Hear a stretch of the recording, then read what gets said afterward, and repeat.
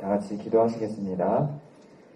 사랑이 한이 없으신 하나님 아버지, 오늘도 그 사랑으로 우리를 용서하시고 은혜 가운데 이렇게 한 해를 시작하게 하심에 참 감사드립니다. 한 해의 첫 달을 결산하며 아버지 앞에 예배로 올려드립니다. 아버지, 우리가 드리는 이 원례회가 온전한 예배가 될 수 있도록 인도하여 주시옵소서. 가인과 아벨의 제사처럼 구분되어지는 예배가 아니라 오직 하나님께 한 형제로서 아버지 앞에 바쳐드리고 아벨의 제사처럼 아버지께서 기뻐 받아주시는 감사의 예배가 될 수 있도록 우리 교구 식구들의 마음을 말씀의 은혜로 녹여 주시옵소서. 이 자리에 참석하지 못한 우리 교구 식구들 위하여서 기도합니다. 한자리에서 말씀의 위로와 기쁨을 함께 누리지 못하는 그 마음을 먼저 돌이켜주시고 아버지께서 베푸시는 예배를 통하여 그 말씀의 은혜를 받아서 다시 돌아오는 우리 6대 교구가 되게 하여 주시옵소서. 그래서 서로의 기도의 제목을 나누고 사랑을 나누며 이 얼어붙은 세상과 교회를 녹일 수 있는 따뜻함이 있는 우리 평강제일교회 그리고 6대 교구가 될 수 있도록 역사하여 주시옵소서.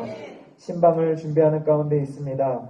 이 대신방을 준비하는 가정마다 말씀을 간구하는 가난한 심령들이 되게 하여 주시고 목사님을 통해서 주시는 축복의 말씀이 하나도 땅에 떨어지지 않고 열매 맺는 가정들 될 수 있도록 역사하여 주시옵소서. 이 시간 목사님께서 우리에게 주시는 말씀 또한 그렇게 되기를 소원합니다. 우리가 모인 이곳에 말씀을 통해서 아버지께서 성령으로 임재하시는 예배가 되게 하여 주시옵소서. 그러한 귀한 예배의 자리 될 줄 믿사오며 이 모든 것 우리 주 예수 그리스도의 이름 받들어 간절히 기도 올려옵나이다. 아멘.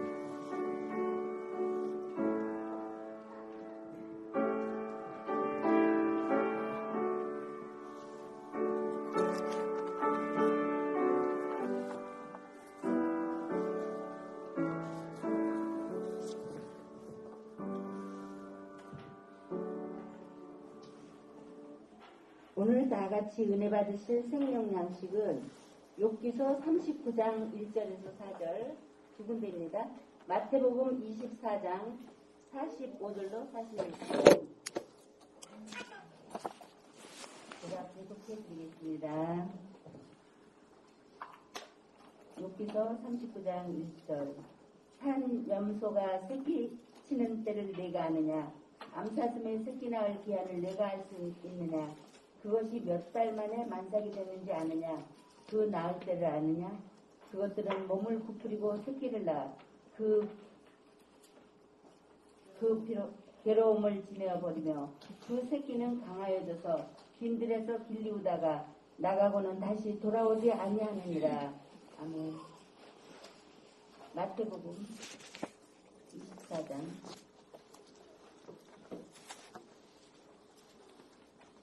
45절로 46절입니다. 제가 분석해드리겠습니다. 충성되고 지혜 있는 종이 되어 주인에게 그 집 사람들을 맡아 때를 따라 양식을 나누는 자가 누구냐? 주인이 올 때에 그 종이 이렇게 하는 것을 보면 그 종이 복이 있으리로다. 아멘. 오늘 하나님의 말씀입니다. 목사님께서 때를 아느냐라는 제목으로 말씀을 드리겠습니다. 많은 은혜 받으시길 바랍니다.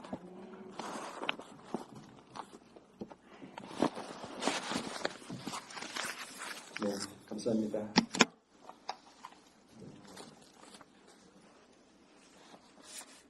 욥기 39장 1절에서 4절까지인데 2절 뒤에 보게 되면요.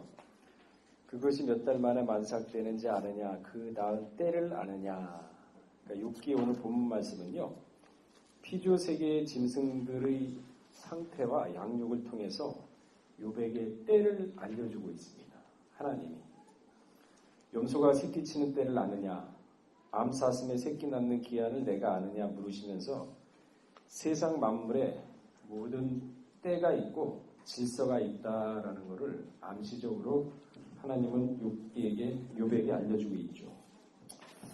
우리 사람은요, 살아가면서 참 많은 것들을 잃어버리면서 살아가고 있습니다.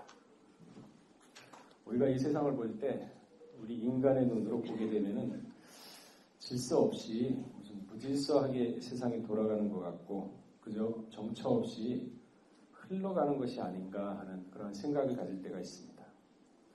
그러나 우리가 분명히 알 것은요, 이 세상과 우주 만물의 이치는요, 하나님이 정해놓으신 질서 속에서 움직이고 있다는 것을 우리 성도는 잊어서는 안 되겠습니다. 지구가 태양을 돌죠. 그런데 그게 1분 1초라도 틀어지면은 우주 전체가 틀어집니다. 그런데 하나님이 우주 만물을 주관하고 계신다는 걸 어떻게 알 수가 있냐면은 히스기야 때하고 여호수아 때 알 수 있죠. 23시간 넘는 시간 동안 태양이 천천히 내려갔습니다. 그럼에도 불구하고 지구가 지금까지 존재해왔고 우주가 그대로 질서대로 움직이고 있다는 얘기는 우주 만물을 하나님이 주관하시는구나라는 것을 알 수가 있죠. 모든 질서를 주관하시죠. 그래서 고린도전서 14장 40절에 보게 되면요. 모든 것을 적당하게 하고 질서대로 하라. 질서의 하나님입니다. 오병이어의 기적을 보더라도 5천 명이 넘는 거의 2만 명이 되는 사람도 중구난방으로 앉게 하지 않고 질서 정연하게 앉게 해서 음식을 나눠줬습니다. 질서의 하나님입니다. 히브리서 1장 1절에서 2절을 보게 되면요. 옛적의 선지자들로 여러 부분과 여러 모양으로 우리 조상들에게 말씀하신 하나님이 그 모든 날 마지막에 아들로서 우리에게 말씀하셨으니 이 아들을 만유의 후사로 세우시고 또 저로 말미암아 모든 세계를 지으셨느니라. 우리가 예수하면은요. 2000년 전에 육신을 입고 온 예수만 생각을 합니다. 그게 아니거든요. 예수 자체가 말씀이에요. 보세요. 여기도 만유의 후사로 세우시고 또 저로 말미암아 모든 세계를 지으셨느니라. 창세기에 보게 되면요. 하나님이 가라사대 그대로 되니라. 그 말씀 자체가 예수님이세요. 그 말씀이 육신이 되어서 오신 분이 성육식 하신 예수님이시고 여러분 말씀 받고 은혜 받았다. 그 예수예요. 그러니까 생각의 폭을 넓히세요. 신앙의 장성함을 이루기 위해서는요. 좁은 시야를 가지면 안 됩니다. 성경의 근거에서 폭을 넓히셔야 됩니다. 아, 예수라는 게 말씀이 예수구나. 사람이 신이 되는 게 더 쉬울까요? 신이 사람 되는 게 더 쉬울까요? 신이 사람 되는 게 더 쉽죠. 전지전능하신데 그 말씀이 육신이 돼서 오신 분이 예수님이세요. 독생자시고. 폭을 넓히세요. 좁은 시야 가지고는 신앙의 장성을 이룰 수가 없습니다. 저로 말미암아 세계를 지었다고 했습니다. 우주 만물, 가라사대, 예수죠. 말씀이니까. 그대로 되니라. 그래서 말씀대로 되는. 그래서 예수님이 육신으로 오셨을 때도 뭘로 승리하셨습니까? 말씀으로 승리하셨죠. 이 돌이 떡이 되게 하라. 40일 동안 굶고서 광야에서 시험 받을 때 첫 시험이 이 돌이 떡이 되게 하라. 그랬을 때 예수님이 뭐라 그랬습니까?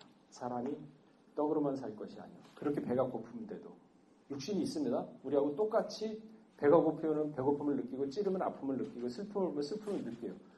그래서 그 똑같은 육신을 가진 분이 변화를 하고 부활을 했기 때문에 우리가 소망이 있는 겁니다. 다른 신적 존재로 와가지고 그냥 육신도 우리하고 다르다 그러면 우리가 소망이 있겠습니까? 그래서 우리하고 똑같은 육신, 완전한 육체, 그분이 변화된 거예요. 그래서 우리가 소망이 있다는 거죠. 그래서 오직 예수, 그래서 오직 말씀이고 그 말씀인 예수님이 시험 받았을 때 떡으로만 살 것이 아니요 하나님의 말씀으로 이겼죠. 둘째 아담 예수가. 첫째 아담은 뭡니까? 말씀 저버렸죠. 하나님같이 되리라. 하나님 말씀 그렇게 먹으면 죽는다 했는데 버렸지 않습니까? 그걸 회복하신 분이 누구냐? 예수예요. 둘째 아담. 첫째 아담이 못한 걸 둘째 아담이 다 회복한 것 아닙니까? 그래서 십자가상에 다 이루었다고 하신 거고 우리는 그 발판에 믿고 쫓아가기만 하면 되는 겁니다. 근데 너무 쉬워서 못 믿고 못 쫓아가죠. 너무 쉬우니까 믿기가 너무 어려워요. 저로 말미암아 세상을 지었다. 지구가 자전을 하면 24시간이 걸립니다. 하루가 그렇죠. 태양을 한 번 돌면은 1년 365일이 됩니다. 이처럼 우주 만물은 하나님의 질서 속에서 하나님을 중심으로 해서 돌아가고 있는 것이죠. 그래서 우리가 하나님을 전지전능하신 하나님. 근데 우리 피조물은 아프고 병들고 결국 죽지 않습니까? 하찮은 피조물이 전지전능한 하나님을 아버지라고 부를 수 있는 자격을 주어준 건 누굽니까? 예수예요. 우리 평생 이거 눈물로 감사해도 못 갚아요.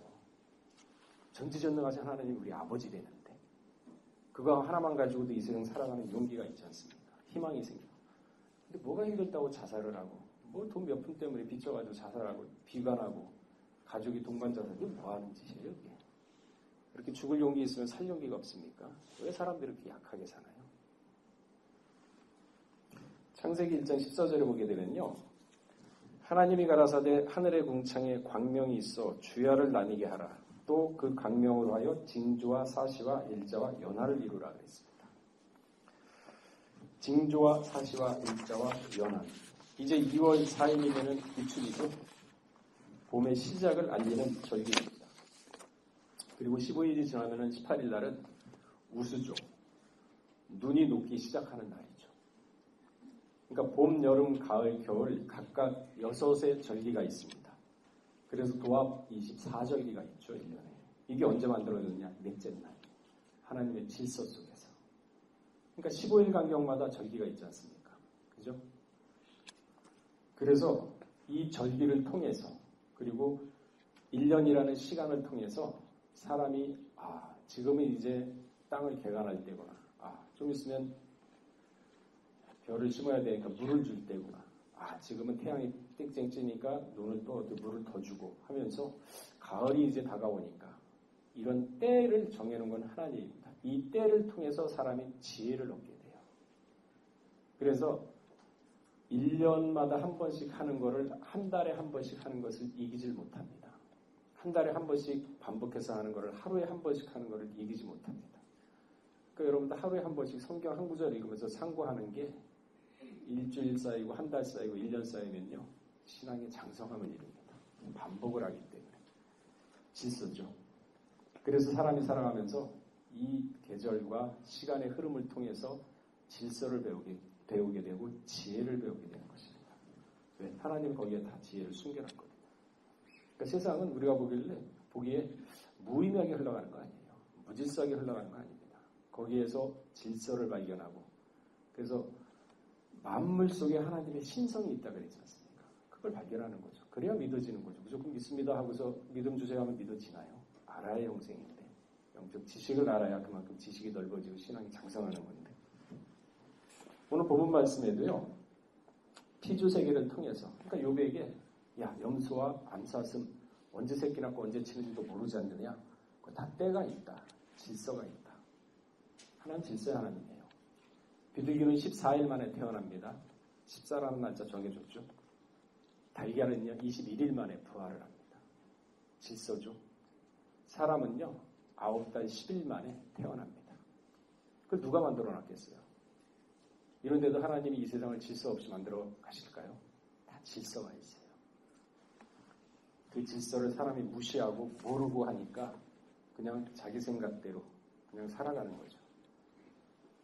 자, 잠언서 3장 14절을 보게 되면요. 지혜를 얻는 것이 은보다 값있고 황금보다 유익하다. 여러분 살아가면서 가장 필요한 게 뭔지 아세요? 지혜예요. 돈이 아닙니다. 그 지혜가 있으면 나라도 구합니다.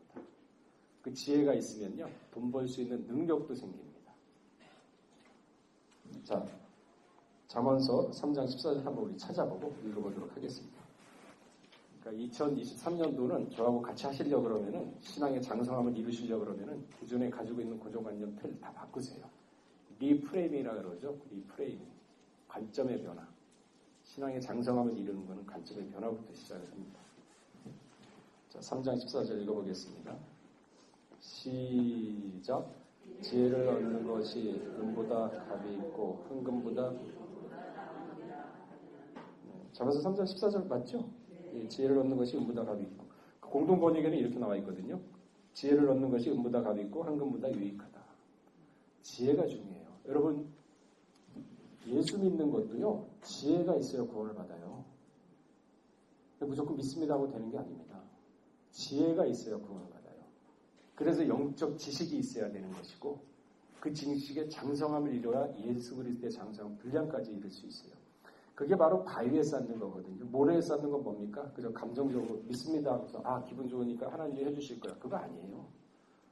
어린아이 같은 신앙이고 그래서 체계적으로 이 성경 말씀을 체계적으로 내 마음 가운데 쌓이지 않습니까? 이게 바위에 쌓는 신앙입니다. 체계적으로 쌓은 거는요, 외부 환란이 와도 흔들리진 않아요. 근데 감정적으로 쌓은 그러한 신앙은요, 외부 환란에 의해서 쉽게 흔들립니다. 어린아이 같은 신앙이에요. 그래서 알아야 영생이라고 얘기하는 거고요. 지혜는 금보다 귀한 것인데 무지한 사람들이 금이나 은을 최고의, 그러니까 돈을 더 최고의 가치로 여기고 있어요. 얼마나 오매한 행동입니까? 우리 인생 길어야 7, 80이에요. 그 다음에는 한 사람도 예외 없이 죽은 다음에 총 부활을 하죠. 그리고 심판대에 씁니다. 그래서 요한복음 5장 29절에 보시게 되면요. 선한 일을 행하는 자는 생명의 부활이라 그랬어요.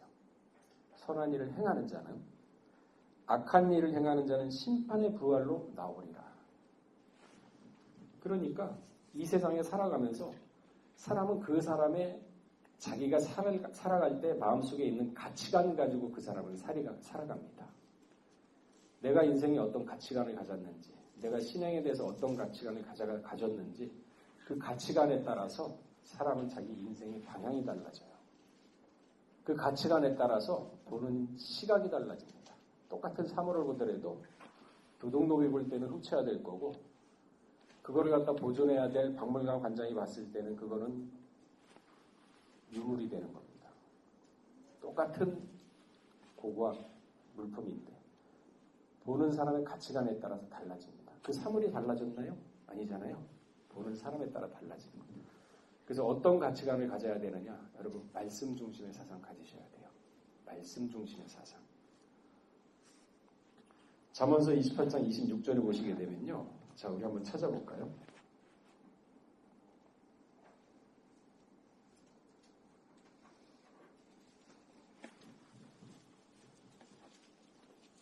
자, 잠언서 28장 26절 읽어보겠습니다.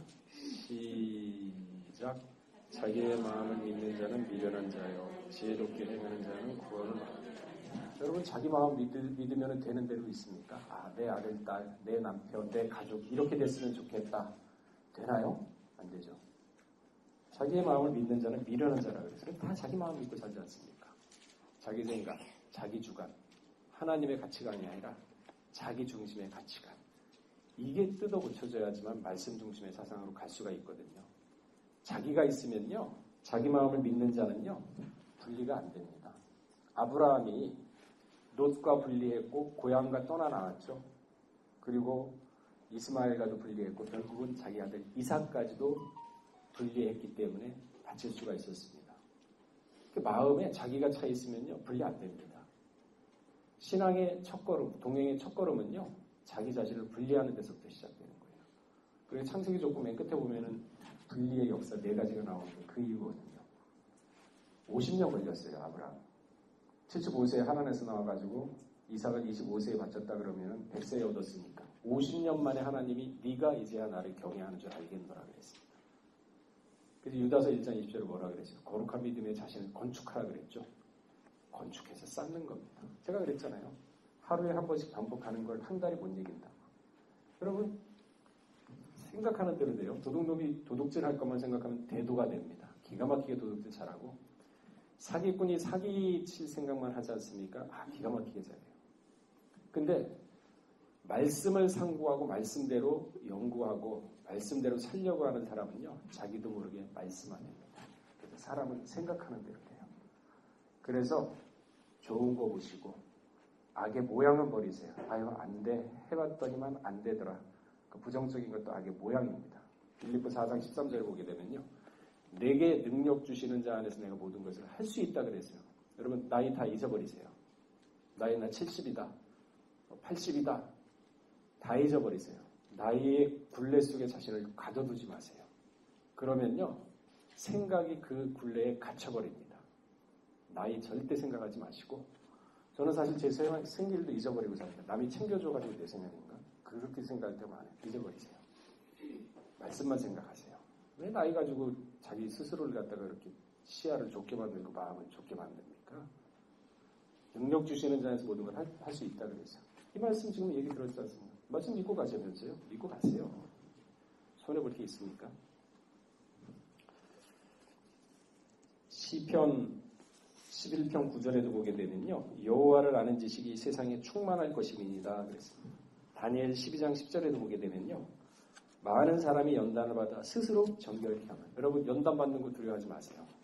집안에 우환질고 있다 그러면은요. 그 우환질고를 통해서 하나님은 내 신앙의 성숙함을 허락하십니다. 성숙함. 왜 그러느냐? 야곱이 그랬죠? 요셉이 그랬지 않습니까? 모세도 그랬고. 전부 다 억울하게 누명받아가지고 그랬음에도 불구하고 불평불만 안 하고 이 모든 것이 하나님의 뜻 안에 있다고 맡겼을 때 하나님이 인도를 해주시죠. 그 믿는 신앙 아닙니까? 자, 잠언서 17장 3절 찾아보겠습니다.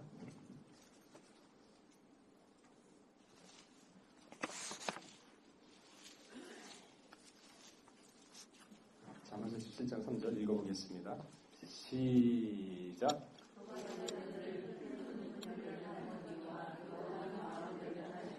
뭐를 연단해요? 마음 연단을 하면 어떻게 하겠어요? 환란이 와야죠. 그래서 너희가 감당치 못하는 시험을 주지도 않는다 그랬거든요. 근데 조금만 환란 오면 발발발 떨고 그렇게 할 이유가 뭐가 있어요? 예수 믿는 사람이. 눈동자처럼 보호한다 그랬지 않습니까? 그 말씀 믿고 가세요. 그게 말씀 믿고 가는 거죠. 뭐 통밥 다 재고 남들 믿는 거 믿는 게 믿음인가요? 남들 못 믿는 거 믿고 나가는 게 신앙입니다. 그래서 신앙은 이제 배짱이에요. 모험이고. 그런 담대함이 있어야 돼. 그래야 신앙이 크죠. 다니엘서 12장 10절에도 보게 되면요. 많은 사람이 연단을 받아 스스로 정결케 하며 그러니까 연단을 받아서 스스로 정결케 된다 그랬어요. 시켜주는 게 아니라 스스로 정결케 하며 희게 할 것이나 악한 사람은 악을 행하리니 악한 자는 아무도 깨닫지 못하되 오직 지혜 있는 자. 보세요. 지혜 있는 자는 깨닫는다 그랬잖아요. 믿습니다 하고 덮어놓고 감당을 해서 입 벌리고 있으면 깨닫는 게 아니라 지혜. 영적 지혜. 아셔야죠. 그래야 말씀을 깨달을 수가 있죠. 시편 33편 4절에도 보게는요. 여호와의 말씀은 정직하며 그 행사는 다 진실하다. 여러분 하나님의 말씀을 깨닫기 위해서는요. 마음 정직하세요. 마음 거짓 버리세요.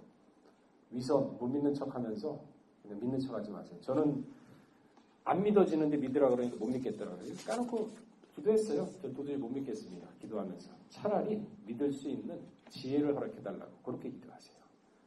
그냥 못 믿으면서 믿는 척하면 그게 오히려 더 가증스럽고 하나님 보시기에 심판의 대상입니다. 위선이고. 우리 찬송에도 그 말씀이 있지 않습니까? 내 모습 이대로 주봐도 없어서 가식으로 바치라 그랬습니까? 두 랩돈 바친 가부가 가식으로 바쳤나요? 내가 있는 거 이거밖에 없습니다. 하나님께 드리겠습니다. 그러니까 하나님이 그 진실을 보신 거예요. 금덩어리 수톤 가지고 오는 것보다 우주 만물이 하나님 건데 그거 하나님 무슨 관심이 있겠습니까? 아니 애들 우리 키울 때 보시면 아시겠지만 엄마 하나 줘 그러면은 진짜 주는 애는 너무 귀여워가지고 다른 거 더 주잖아요. 근데 안 주려고 하는 애는 꿈밤하게 때리고 싶잖아요. 그 뭐 없어가지고 먹고 싶겠습니까? 하나님 없어서 그러겠습니까? 마음 보는 거예요. 마음. 하나님한테 있는 그대로 가식 없이 진실하게 하나님을 대하세요. 기도할 때도 가식 남 듣는 것처럼 잘하려고 하지 마세요. 있는 속에 있는 거 그대로 알으세요. 진실 보십니다. 그래서 시편 33편 4절 한번 읽어보겠습니다. 하나님 말씀을 깨달으려면요. 정직해야 깨달을 수가 있어요. 하나님 말씀이 정직한데 정직하지 않는 마음밭에 깨달을 수가 있습니까? 영적 말씀인데. 자, 시편 33편 4절 읽어보겠습니다. 시작. 정직하잖아요. 근데 이 정직한 말씀이 거짓이 가득하고 위선된 마음 가운데 이게 떨어지겠습니까? 돌밭에 떨어지면 어떻게 되나요? 가지밭에 떨어지면 어떻게 되세요? 안 되잖아요. 하나님 말씀 받을 때 기초가 진실하셔야 돼요. 정직하셔야 돼요. 자신을 속이면 안 됩니다. 거짓은 아담을 타락시킨 옛뱀의 속성입니다. 이 속성이 가인에게 들어갔으며 니무르드에게 들어갔죠. 영인데 시간 공간을 초월하죠. 에서와 이스마엘에게 건너갔죠. 그리고 예수님 당시 종교 지도자들에게 들어갔습니다. 그리고 오늘날 현대인들, 거짓 선지자들 이런 사람들에게 이 옛뱀이 들어간 거죠. 그래서 베드로후서 2장 1절에 그러나 민간에 또한 거짓 선지자들이 일어났었나니 이와 같이 너희 중에도 거짓 선생들이 있으리라. 너희는 멸망케 할 이단을 가만히 끌어들여 자기들의 사신주를 부인하고 임박한 멸망을 스스로 취하는 자들이다. 여러분 듣는 거 보는 거 말씀 중심 사상으로 판단하셔야 됩니다. 내 생각으로, 인간의 감정적으로. 그러면요, 다 넘어가요. 하와가 그랬잖아요, 하와. 하나님 말씀이 아니라 그랬으면 마귀가 와서 얘기할 때, 야, 됐어. 하면서 딱 거절했어야 되는데 들었잖아요. 듣고 나서 보아하니 먹음직하고 탐스럽게 할 만큼 그랬지 않습니까? 잘못된 영 받는 거죠. 때가 지금 그런 때입니다. 그런 때라고 지금 얘기를 하고 있거든요. 계시록 11장 1절에서 2절 보게 되면요. 내가 지팡이 같은 갈대를 주며 말하기를 일어나서 하나님의 성전과 제단과 그 안에 경배하는 자들을 청량하되 성전방 마당은 청량하지 말고 그냥 두라. 이것은 이방인에게 주었은즉 저희가 거룩한 성을 42달 동안 짓밟으리라. 그러니까 성전부터 측량한다 그랬거든요. 그러니까 형식주의자들, 거짓으로 교회 생활하는 사람들, 위선과 가식으로 교회 생활하는 사람들. 밖에서는 설사 그렇게 한다 그래도 그렇게 해서도 안 되고요. 교회 와서는 사람 만나는 게 아니지 않습니까? 하나님. 그래서 노아는 하나님 눈앞에서 은혜를 찾았다 그랬거든요. 사람 눈앞에서 은혜 찾았다 그러면은 사람한테 잘 보이려고 그랬겠죠. 그러면 7, 80년 동안 노아가 방주 지을 때 얼마나 비난이 많았겠습니까? 야, 비도 안 오는데 지금 몇십 년 동안 저 짓거리 하고 있다. 사돈도 쳐다보지도 않았을 거 아닙니까? 그 사람 앞에서, 눈앞에서 은혜 찾고 사람 눈에 들려 그러면요. 노아가 그거 포기합니다. 왜? 하도 비난을 받으니까. 근데 노아는 어떻게 했어요? 하나님 앞에서 은혜를 찾았더라. 뭡니까? 개는 짖어라. 기차는 떠났다. 자, 우리 여호수아 24장 15절 한번 찾아보겠습니다. 신앙은 배짱이에요. 배짱 부리라고 진짜 사람들한테 뭐 객기 부리고 그러는 얘기 아닙니다. 24장 15절.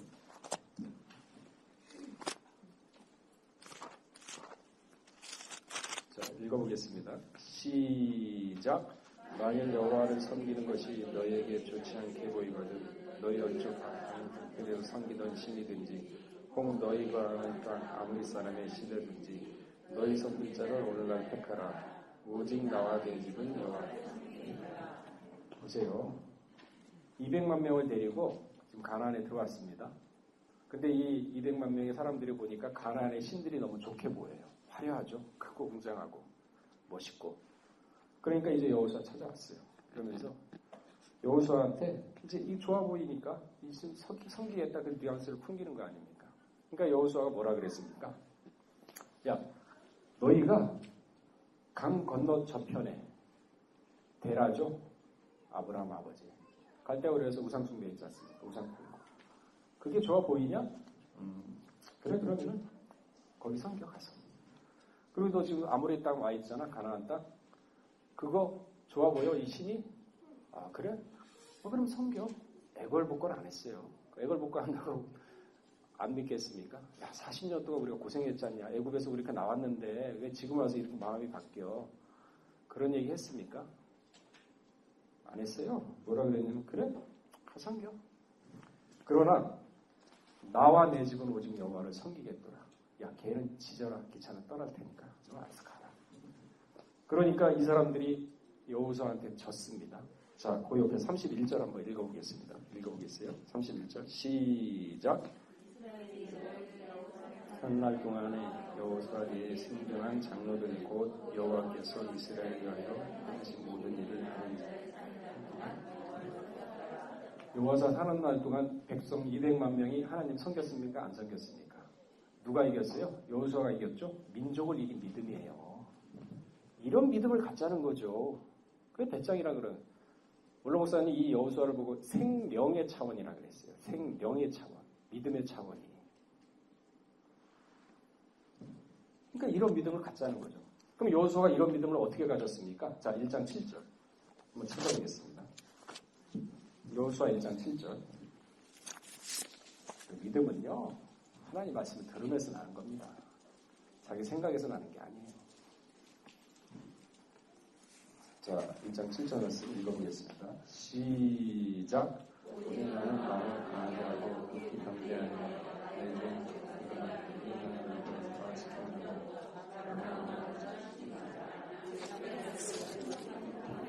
뭐라 그랬어요? 마음을 약하게 하라 그랬습니까? 강하게 하라. 근데 사소한 일만 닥치고 하면 바들바들 떨고 두려워합니까? 모세가 죽었어요. 200만 명을 이끌어 가야 됩니다. 그때 하나님이 야, 내가 너 강하게 해줄게 이렇게 했습니까? 아니요. 강하게 하라 그랬어요. 스스로. 아까 다니엘 12장 10절에도 그랬죠. 스스로 정결케 됐다고. 예수님도 나사로 무덤을 했을 때 사람이 돌을 옮겼지 않습니까? 나사로는 자기가 할 건 해야 돼요. 그래서 고린도후서 6장 1절을 보게 되면 하나님은 사람과 함께 일한다 그랬습니다. 다 맡겨놓고 하나님이 해주세요. 그럼 뭐 어떻게 할 거예요?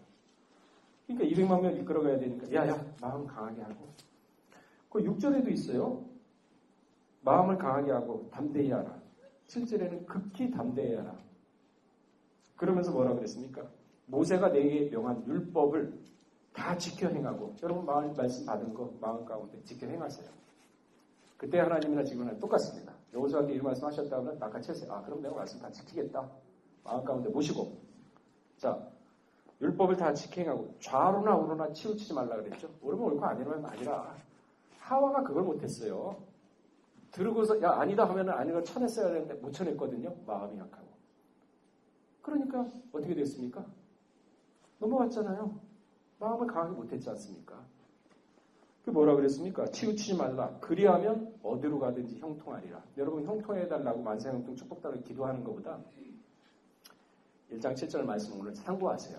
아 말씀을 마음대 모시고 좌우로 치우치지 않고 말씀대로 가면 일이 잘 풀리는구나. 왜? 만사형통의 주관자 하나님이세요. 그러니까 이 말씀 믿고 가자. 그래서 말씀과 동행하자는 거지. 덮어놓고 그냥 믿습니다 한다고 되나요? 안 되죠. 그러니까 아는 게 영생입니다. 오늘 말씀 많이 들었잖아요. 그래도 짧은 시간이지만. 그러면 상고하세요. 생각한 대로 된다면서요. 그러면 자꾸 내 자신을 말씀으로 확시키는 겁니다. 내 생각이 자꾸 들어가려면 잘라버리고 아니 이제 채찍치면서 말씀으로 몰아가고 그래야지 말씀화돼가지고 신앙의 장성함을 이루고 만사형통의 축복을 받는 거죠.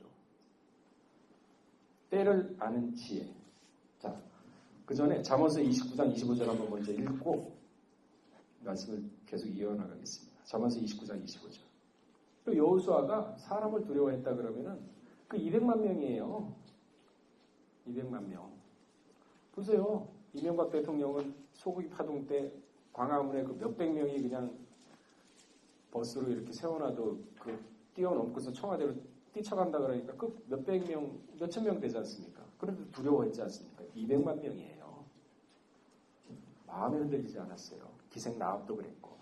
이러한 담대함이 필요한 겁니다. 신앙이. 자, 29장 20절 읽어보겠습니다. 시작. 사람을 두려워하면 올무에 걸리가 있겠느냐. 여호와를 70억 인구가 여러분 틀리다 그래도 하나님 맞다 그러면 맞고 나갈 수 있는 배짱이 있어야 돼요. 그래야 순교를 하죠. 그래야 변화가 되고. 그렇잖아요. 사람 두려워하잖아요, 전부 다. 사람 두려워하고 뭐라 그러면 조금만 뭐라 그러면 눈치 보고 하면 그 두려운 마음에 무슨 말씀이 머물겠습니까? 뭐라 그랬어요? 하나님을 의지하는 자는 안전하리라. 이 말씀 믿고 배짱 튀고 나가자니까요. 뭐 이렇게 배짱이 없어가지고 어떻게 신앙생활 하겠습니까? 그렇다고 뭐 막무가내 하라는 얘기는 아닙니다. 무슨 얘기인지 아시죠? 마음 가운데 말씀을 모시고 나가자는 거예요. 때를 아는 지혜, 하나님이 주시는 영적 지혜를 받아야 됩니다. 그래야 시대를 분별하고 징조를 분별하고 때를 구분해서 알맞는 양식, 때에 맞는 알맞는 양식을 나눠줄 수 있는 충성된 종의 사명을 감당할 수가 있는 것이죠. 모든 때와 기한은요, 하나님이 정해놨어요. 사람이 정해놓은. 여러분 여름 가면은 이제 뭐 가을 오고, 가을 가면 겨울 오는데 여러분이 정했나요? 하나님이 정해놓은 거 아니에요. 우리는 그 때 속에 살아갈 수밖에 없는 겁니다. 산 염소가 새끼 낳을 때가 있고 암사슴이 새끼 낳을 때가 있듯이 모든 때와 기한은 하나님의 주권 속에서 결정되는 겁니다. 여러분 살아가면서 이 때가 다 하나님의 주권 속에 있구나. 그럼 내가 걸어가는 길을 맡기세요. 그래서 저는 기도할 때 그래요. 누굴 만난다 그러면 그 시간, 그 공간 미리 가셔가지고 모든 것이 협력해서 선을 이루어주시기를 기도드립니다. 믿고 가요. 그럼 시간과 공간을 초월한 하나님 거기에 성령님을 안 보내주시겠습니까? 그럼 모든 게 잘 풀리지 않습니까? 기도하니까 되더라. 그 체험입니다. 야, 기도하니까 신앙은 체험이구나. 그 체험이 하나둘씩 쌓이는 겁니다. 그래서 체험 있는 종교가 기독교예요. 덮어놓고 믿고 뭐 언어 유희가 아닙니다. 전도서 3장 2절에서 3절에도 보게 되면요. 날 때가 있고 죽을 때가 있으며 심을 때가 있고 심을 것을 뽑을 때가 있으며 죽일 때가 있고 치료할 때가 있으며 할 때가 있고 세울 때가 있다. 때가 있죠. 이처럼 우주 만물에는요 정해진 때와 기한이 있습니다. 자신이 태어날 일을 정할 수 있는 사람이 누가 있겠습니까? 없어요. 그것도 하나님이 정해놓은 때입니다. 그렇게 믿으세요. 우리 어머니가 낳죠. 그럼 어머니가 며칠날 몇 시에 난다고 예고를 하고 태어난 사람 한 사람이라도 있을까요? 없잖아요. 때가 있는 거예요. 하나님이 정한 거죠. 자연사여 죽는 날, 그것도 하나님 주권 속에 있지 않습니까? 사나 죽으나 우리는 하나님에 속해 있어요. 그럼 조금도 두려워할 이유가 없죠. 그 정도의 장성한 믿음과 신앙을 가져야죠. 전 피주 세계의 시작과 진행과 종말도 오직 하나님의 주권 속에서 이루어지는 겁니다. 그 예수님이 그랬지 않습니까? 아버지의 권한 속에 있다고. 하나님 아버지 속에. 그 하나님을 믿으면 되는 거 아니에요? 그러면 벗이 되면 안 알려주겠습니까? 그 비밀이 또 거기 있잖아요. 벗되는 게 중요하구나. 빨리 깨달으셔야죠. 그럼 벗되려면 어떻게 아브라함처럼 하면 되는구나. 아브라함은 어떻게 다 분리했구나. 그러니까 성경에서 옛적 길을 찾아가는 겁니다. 그러면서 그 옛적 길을 밟아가는 거예요. 그래야 복이 생기고 믿음이 생기는 거죠. 성도는 하나님의 정해진 시간 안에서 살아야 됩니다. 사람의 시간 아닙니다. 내 시간이 아니죠. 하나님이 요백에 하신 말씀에서 우리가 깨닫는 것은 산염소와 암사슴 등 지구상의 모든 피조물들은 하나님이 정하신 시간 속에서 자기 사명대로 살아간다는 것이죠. 불평과 불명 있을 수 없죠. 이건 사람도 마찬가지입니다. 사람 역시 하나님이 주어진 시간과 주권 속에서 살아가는 겁니다. 자신의 앞날을 맡기고 나아가 자기 인생을 맡기고.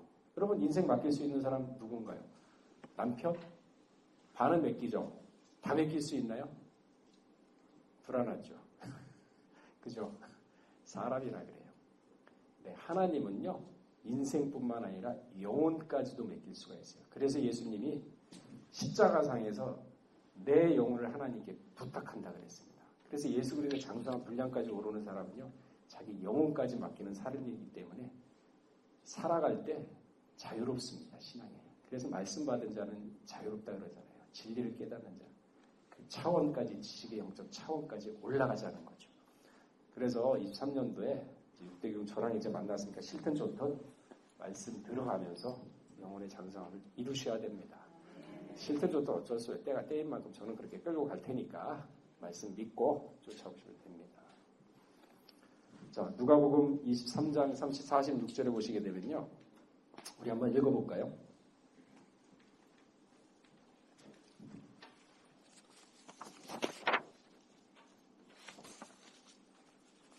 (23장 46절) 시작. 예수께서 큰 소리 불러 가라사대 아버지여 내 영혼을 아버지 손에 부탁하나이다 하고 이 말씀을 하신 후에 자기 영혼을 맡겨요. 인생도 아니고. 여러분 영혼을 갖다가 하나님께 맡기고 사세요. 그래야 죽음도 두렵지 않아요. 가다가 객사에 가면 어떡하느냐? 맡기세요. 안 죽입니다. 그러니까 우리 영혼까지 맡길 수 있는 분은 하나님입니다. 적당히 맡기세요. 사실 인생은 얼마나 살았느냐가 중요한 것이 아니라 어떻게 살았느냐가 훨씬 더 중요한 문제인 것이죠. 그래서 하나님은 세월을 아끼라 하고 말씀을 하신 겁니다. 에베소 5장 16절에 그 말씀이 있죠. 세월을 아끼라. 왜? 때가 악하니라. 때가 악하기 때문에. 우리는 악한 때를 살고 있습니다. 지금 영적으로 이 영적 세계를 보셔야 돼요. 지금 영적 세계가 어떤 세계인지 아셔야 됩니다. 그래야 경계를 할 수 있죠. 자, 계시록 12장 7절에서 9절. 지금 영적 세계 어떤지 여러분 아셔야 돼요.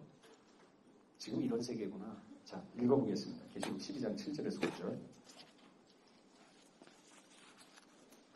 그러니까 이런 영적 비밀을 알고 영적 세계를 알아야 세상의 흐름을 볼 수가 있어요.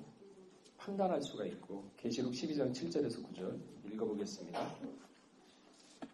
시작. 하늘에 전쟁이 있으니 미가엘과 그의 사자들이 용으로 더러고 싸우되 용과 그의 사자들도 싸우나 이기지 못하여 다시 하늘에서 저희 것을 얻지 못한지라. 큰 큰 영이 내어 쫓기니 옛때 곧 마귀라 부르고 사단이라고 하는 온 천하를 깨는 자라. 땅으로 내어 쫓기니 하늘에 전쟁이 있다 그랬죠? 그죠? 하늘에 전쟁이 있으니 미가엘은 군대 장관이죠. 참모총장. 그의 사자들이 용으로 더불어 싸울 때 용과 그의 사자들도 싸우나 이기지 못하여 하늘에서 쫓겨났다 그랬어요. 그죠? 용이 내어 쫓기니 옛뱀 누굽니까? 아담을 타락시킨 거짓 영, 옛뱀. 그리고 곧 마귀, 사단, 그리고 용이라 그랬잖아요. 그러니까 아담은 잘 보세요. 아담은 옛뱀 하나 때문에 타락했습니다. 마지막 뱀은요, 우리가 상대할 것은 옛뱀만이 아니에요. 사단, 마귀, 용, 옛뱀까지예요. 그러니 여러분 신학이 이렇게 나약해가지고 어떻게 장성하지 못하면 어떻게 이기겠습니까? 그러니까 온 천하를 깨는 자라. 깬다 그랬어요. 천하를. 사람들을 깨요. 땅으로 내어 쫓기니 그 사자들도 저와 함께 뱀 하나가 아담을 타락시켰는데 이 무리들이 가서 내어 쫓겨가지고 어디로 가겠습니까? 영인데 사람 마음에 들어가요. 여러분 마음에. 그래서 잠언서 4장 23절 뭐라 그랬어요? 마음을 다스려라. 생명의 근원이 여기서 난다 그랬죠. 여러분 틈 보이시면 안 돼요. 다 들어가니까 미혹의 영을 받죠. 그래서 디모데후서 4장 3절에 뭐라 그럽니까? 때가 이르리니 사람이 바른 교훈을 받지 아니하며 기가 가려워서 자기 사욕을 쫓는 스승을 많이 두고 미혹을 받는데요. 마음속에 들어오니까. 그러니까 바른 교훈 진리의 말씀 해줘도 못 듣습니다. 그때는요. 미혹의 영을 받으면 안 들려요. 받지 않고 기가 가려워서 자기 듣고 싶은 것만 듣고 가요. 그게 옳다고 보는 거예요. 가려워서 자기 사욕을 쫓는 스승을 많이 두어요. 많이 두고 한두 개 아니에요. 이런 세상을 우리가 지금 살고 있어요. 그런데 마음을 놓고 살고 있습니까? 자, 잠언서 4장 23절. 정신 차려야 돼요, 지금은. 잠언서 4장 23절.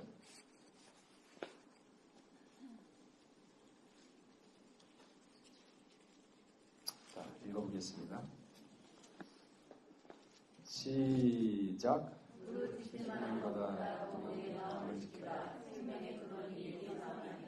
생명의 근원이 어디서 난다고요? 보세요. 여러분 생명나무 찾을 때 어디로 갑니까? 마음 찾다는 소리세요. 구속사 시리즈 7권 10계명에 보게 되면요. 다 읽으셨겠지만 거기에 보면 그런 말씀이 나옵니다. 잠언서 4장 23절을 적어놓고 마지막 때 생명으로 가는 길을 남겨둔 곳이 마음이다 그랬어요. 이 비밀을 아셔야죠. 여러분 천국은 여기 있다 저기 있다 아니라 어디 있다 그랬죠? 여러분 마음속에 천국이 이루어져야지 이 세상에서 그게 이루어져야지 하늘과 땅이 통일될 거 아닙니까? 그래야 천국을 갈 거 아닙니까? 진짜 보이는 천국에. 그렇잖아요. 이게 다 순서예요. 이렇게 돼 있는 겁니다. 그냥 무조건 덮어놓고 갑니다. 얼마나 그 초보 같은 신앙이고 전문기 같은 신앙입니까? 근데 마지막 때 그러잖아요. 디모데후서 3장 2절에 사람들은 자기를 사랑해요. 자기한테 투자 많이 합니다. 자기를 사랑하며 돈을 사랑하며 자긍하며 교만하며 교만 회방하며 부모를 거역하며 감사치 아니하며 거룩치 아니하며 아니 악한 영들이 왔으니까 이렇게 사람 마음에 들어가서 이렇게 할 거 아닙니까? 왜? 자기의 때가 얼마 안 남은 줄 알기 때문에 물귀신 작정으로 한 영혼이라도 지옥에 끌어들이기 위해서 마음 안 다스리면 다 넘어가요. 돈에 약하죠. 자긍하죠. 교만하죠. 회방하죠. 감사 안 합니다. 심령이 가난해야 감사를 하죠. 거룩 안 합니다. 미가서 3장 11절에도 그 말씀이 있어요. 두려움은 뇌물을 위하여 재판하며 그 제사장은 싹스를 위하여 교훈하며 그 선지자는 돈을 위하여 점치며 오히려 여호와를 의뢰하여 이르기를 여호와께서 우리 중에 계시지 아니하냐 재앙이 우리에게 임하지 아니하냐. 그러니까 아예 하나님이 계시니까요. 걱정하지 마세요. 다 잘 될 겁니다. 아니 잘못된 일이 생기면은 잘못된 일을 지적을 해가지고 고치게끔 만들면 재앙이 안 올 텐데 그냥 골코 있는데 그걸 짜지도 않고 고약 붙여주는 게 낫습니까? 신앙이 잘못되고 있으면 지적을 해가지고 옳게 이끌어줘야지. 잘 될 거예요. 잘 될 거예요. 하나님 우리가 같이 계시니까 다 평안한. 그거 죽이는 거예요. 영혼. 그러잖아요. 지금 미가서 3장 11절 그 말씀이거든요. 두려움은 뇌물을 위하여 재판하고 50억 받고서 재판하는 세상이에요. 이런 세상 우리가 살고 있는 거예요. 세상 보셔야 돼요. 성경을 통해서. 제사장은 싹스를 위하여 돈을 위해서 싹쓸려 교훈하며 집안이 잘못됐고 그랬는데도 불구하고 뜯어 고쳐가지고 말씀을 고쳐줄 생각 안 하고 잘 됩니다 하고 있으니 이게 다 영을 죽이는 거죠. 이런 세상 우리가 지금 살고 있다는 얘기예요. 네. 미갈한테 져가지고 그 영들이 제 마음속에 드는 마음 잘 다스려야 돼요. 마지막 때의 징조가 물질 만능주의, 쾌락주의, 염세주의, 음란함 이러한 것들이요 온 세상 집어삼킵니다. 사람을 미혹합니다. 그것이 바로 지금의 때예요. 잘 보셔야 됩니다. 말씀을 마음 가운데 모시고 아까 그랬어요. 여기서 말씀을 마음 가운데 좌우로 치우치지 말고 오직 하나님의 말씀을 갖고 좌우로 치우치지 않으면 어디 가든지 형통하려. 여러분 생각대로 되는 일 없어요. 다 하나님께 맡기고 나가면요 생각지도 못한 일에 모든 일이 만사형통으로 협력하여 선을 이루기 때문에 믿는 사람은요 하나님만 믿고 의지하면 그 모든 상황 다 바뀝니다. 그래서 하나님을 믿으라는 거예요. 사람관계도 좋아집니다. 입방아 조심하시고 우리 저기 찬송가 395장에도 그 말씀이 있죠. 언행을 삼가하여 그죠? 언행 말과 행동 조심하셔야 돼요. 말 한마디로 책 잡히게 되면요 말 한마디로 책 잡히게 되면 사람을 두려워하게 됩니다. 아까 사람을 두려워하면 올무에 걸린다 그랬죠. 그래서 듣기는 속히하고 말하는 더디하라는 게 말 한마디 내뱉으면 그거 감당 못해요. 무익한 말로 다 심판받는다 그래서 하나님 말씀 두렵게 믿고 가자는 거죠. 세상 살아갈 때. 그래야 영혼의 유쾌함을 얻고 영혼의 거룩함이 있습니다. 마음이 평안합니다. 예수님이 초림 때 시작했을 때 첫 일성이 뭐였습니까? 회개하라 천국이 가까웠노라 그랬죠. 회개를 할 때입니다. 근데 십자가에 돌아가시고 부활하셨지 않습니까? 그 다음에는 어떻게 됐죠? 너희에게 평강이 있을 줄 알아 그랬어요. 하늘의 평강 받게 되면요. 세상의 모든 것은 다 제쳐내고 이길 수가 있어요. 그래서 욥기서 25장인가요? 거기 보면 그 말씀이 나오죠. 마음이 평안한 자는 재앙을 멸시한다 그럽니다. 마음이 평안하잖아요. 지혜반에 우환치고 고난이 온다 그래도 비웃어요. 욥기서 제가 지금 기억이 25장 맞는 것 같은데 25장 그쪽에 보게 되면요. 마음이 평안한 자는 재앙을 멸시한다 그랬어요.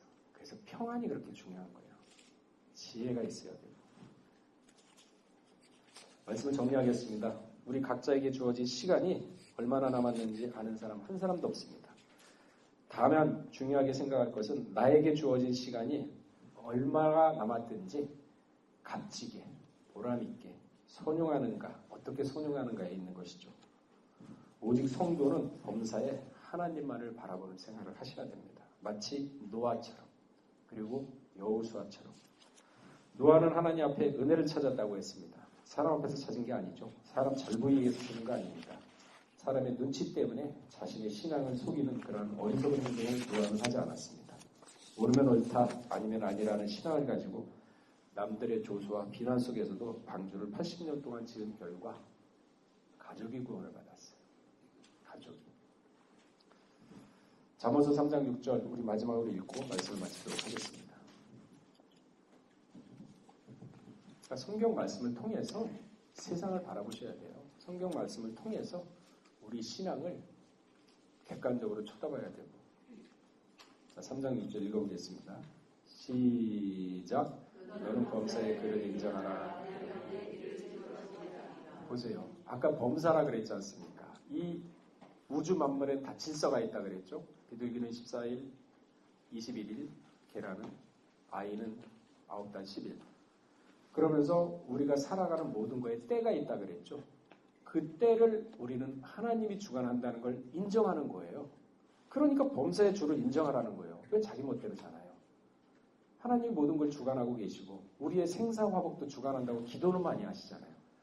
태어나고 죽는 거 다 하나님이 인정하는 거거든요. 하나님을 갖다가 주관한다는 것을 갖다가 인정하는 게 바로 범사의 주를, 범사는 1분 1초지 않습니까? 내가 발걸음 걷는다. 하나님도 맡기고 걸으세요. 제가 그랬잖아요. 누구 만나러 간다고 그 시간에 그 공간에 하나님 함께 하셔가지고 선하게 인도해 달라고. 믿고 가는 거죠. 그게 배짱이고 그게 믿음이죠. 남들 다 믿는 거 뭘 믿습니까? 범사의 그를 인정하면, 그리하면, 인정을 하면은 범사에 내 길을 지도하시리라 그랬죠. 그래서 하나님이 우리 아버지고 하나님이 우리를 아들까지도 버리면서까지 사랑하는 그러한 각자가 귀한 존재라는 겁니다. 스스로가 자기를 비하하거나 낮추면요, 비참해져요. 그러면요, 딴 사람도 나를 갖다가 우습게 봅니다. 왜 스스로 비하하고 스스로 자학을 합니까? 존귀한 존재인데. 역대 선지들은요, 하루하루의 삶이 하나님을 인정하는 삶을 살았습니다. 옛적 길이에요. 옛적 길. 그걸 쫓아가자는 거죠. 자신에게 맡겨진 사명을 감당한 진실한 삶. 주어진 때를 알아서 적절하게 말씀대로 사는 삶. 이것이 충성된 청지기의 삶의 모습. 우리 6대 59 모두 이 악한 시대를 분별하면서 때에 맞는 말씀을 마음 가운데 모시고 살면서 그 말씀으로 여호수아처럼 말씀으로 좌우로 치우치지 말라고 했죠. 그러면요, 선과 악이 보입니다. 말씀을 모시게 되면요, 누가 선인지 악인지 보여요. 가족 간에서도 말씀을 모시고 딱 가족을 쳐다보면은 내가 낳은 가족이고 내 피부치지만은 선과 악이 보입니다. 그러면요, 거기에서 악이 보이면은 질책하세요. 그래야 가정에 악이 떠나야 하나님의 복이 머뭅니다. 적당한 인간의 정으로서 덮어놓지 마세요. 화를 맺지 못합니다. 선악을 분별해서 선을 취하고 악을 버림으로 가정 가운데 악을 버려서 가정 전체가 하나님을 믿고 하나님을 의지하고 신앙의 장성함을 이뤄서 그리고 결국은 변화의 반열에 오르는 우리 6대9 모든 가정이 되시길 주의 축원하겠습니다. 다시 기도하겠습니다. 때가 악하니라 세월을 아끼라 그랬습니다. 이 세상은 하늘의 전쟁으로 인하여 수많은 악한 영들이 사람의 마음속에 들어가 물질과 음란과 쾌락과 그리고 온갖 좌절과 염세주의를 심어줌으로 말미암아 세상 사람들은 자기네들이 가는 길이 어딘지도 모르고 그저 정처 없이 걸어가고 있는 가운데 있습니다. 그러나 믿음의 성도들은 범사에 주를 인정하면 하나님께서 그 길을 인도하신다고 하였습니다. 아버지 하나님, 우리 6대 교구 성도 각 가정 기억하여 주시사 선악을 분별해서 선을 취하고 악을 제할 때 하나님의 눈동자가 머물고 하나님의 복이 임함으로 말미암아 각 가정이 어느 곳에 있든지 사비부 보호를 받는 또한 무슨 일을 하든지 그 손의 만사형통의 축복으로 인도하셔서 마음의 풍족함과 그 선한 열매를 따먹는 데 조금도 부족함이 없는 6대 교구 가정들 다 될 수 있도록 은혜를 더하여 주시옵소서. 모든 말씀 빌고 나올 때 존귀하신 예수 그리스도 받들어 감사의 기도를 드렸사옵나이다. 아멘.